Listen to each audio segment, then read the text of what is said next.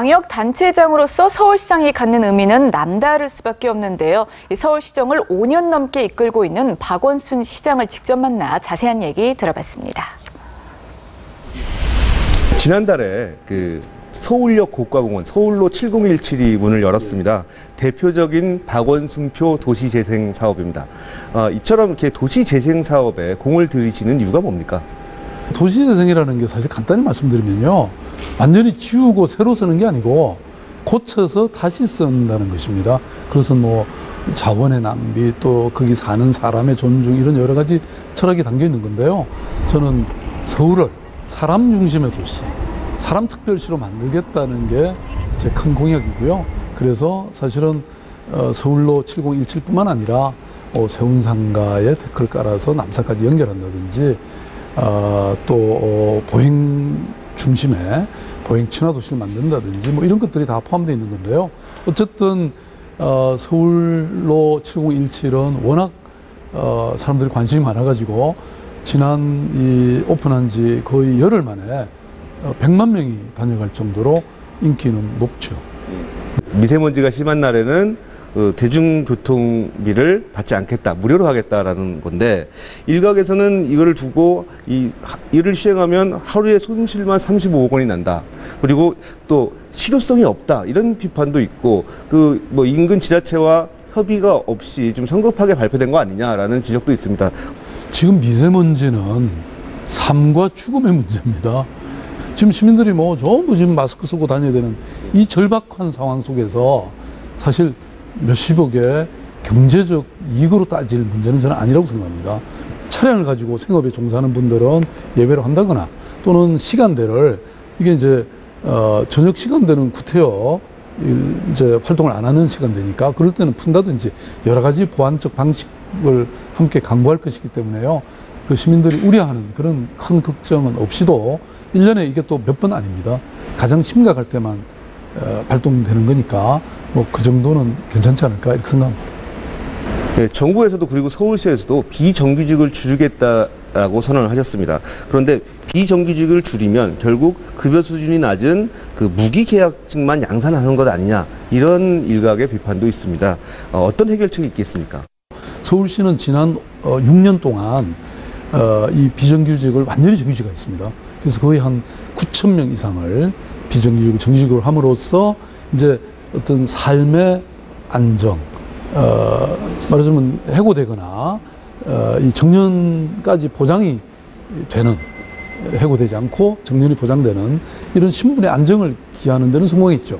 근데 문제는 이제 그렇게도 했지만 여전히 처우에 있어서는 기존의 정규직과의 차별이 있는 거예요. 근데 정규직화 한다고 모든 것이 해결되지는 않습니다. 그래서 그 다음 생활임금제를 보장한다든지, 또 그런 처우를 다양하게 개선한다든지, 이런 노력이 필요하죠. 최근에 서울의 아파트 값이 다시 좀 들썩이는 분위기입니다. 서울시에서 할 수 있는 것은 한계가 있겠습니다만은 시 차원의 부동산 안정 대책이 좀 필요하지 않겠습니까? 지금 과거의 정부들은 이 경기 부양 정책으로 오히려 부동산 가격을 올리는 이런 정책을 사실 해왔습니다. 저는 경제 펀더멘탈을 강화시켜야지 이런 식으로 경기 부양시켜서 하는 것은 정말 문제라고 저는 생각하고요. 지금 정부에 강력히 요구하고 있는 것은 이런 임대료 인상률을 시장이 제한할 수 있게, 상한선을 정할 수 있게 해달라는 겁니다. 이게 이제 뉴욕시가 지금 그렇게 하고 있거든요. 아니, 뉴욕시도 하고 있는데 왜 한국은 안 된다는 겁니까? 그 권한만 주면 제가 서울시의 이 월세, 전세, 안정은 확실히 기할 수 있죠. 광화문 도로를 지하화한다는 계획, 그리고 이 계획이 일부에서는 좀 극심한 교통난을 가져올 수 있다, 이렇게 우려를 하는 경우도 있습니다. 어떻게 해법은 있습니까? 지금 광화문 광장의 재구조화는 이 문재인 대통령의 광화문 대통령 시대와도 맞닿아 있습니다. 사실 서울시가 이 지금 광화문 광장이 과거에 거대한 중앙분리대다, 뭐 이런 여러 가지 오명이 있지 않았습니까?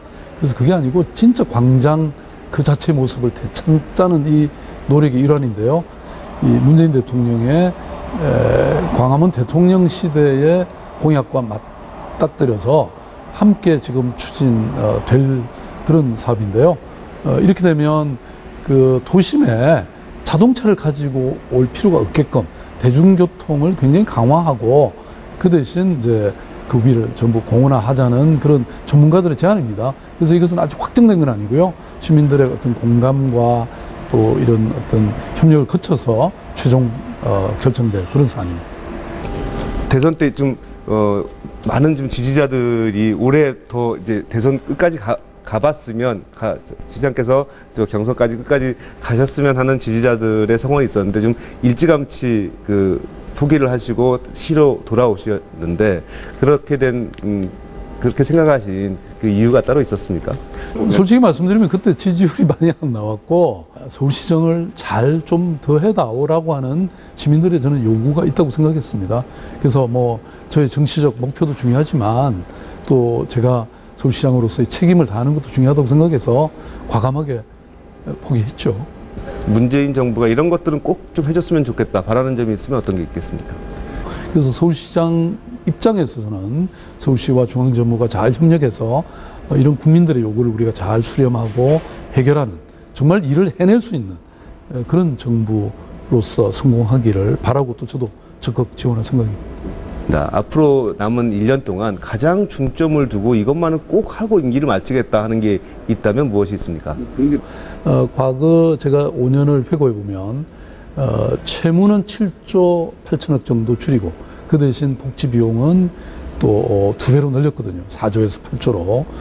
그래서 저는 이런 건실한 행정, 정말 제대로 된 서울시정을 안착시키면서 동시에 또 우리가 외국의 이런 런던이나 파리와 같은 이런 국제 도시들과의 경쟁도 있지 않습니까? 그래서 정말 글로벌한 측면에서 서울이 우뚝 서는 그런 도시로 마무리를 잘 하고 싶습니다.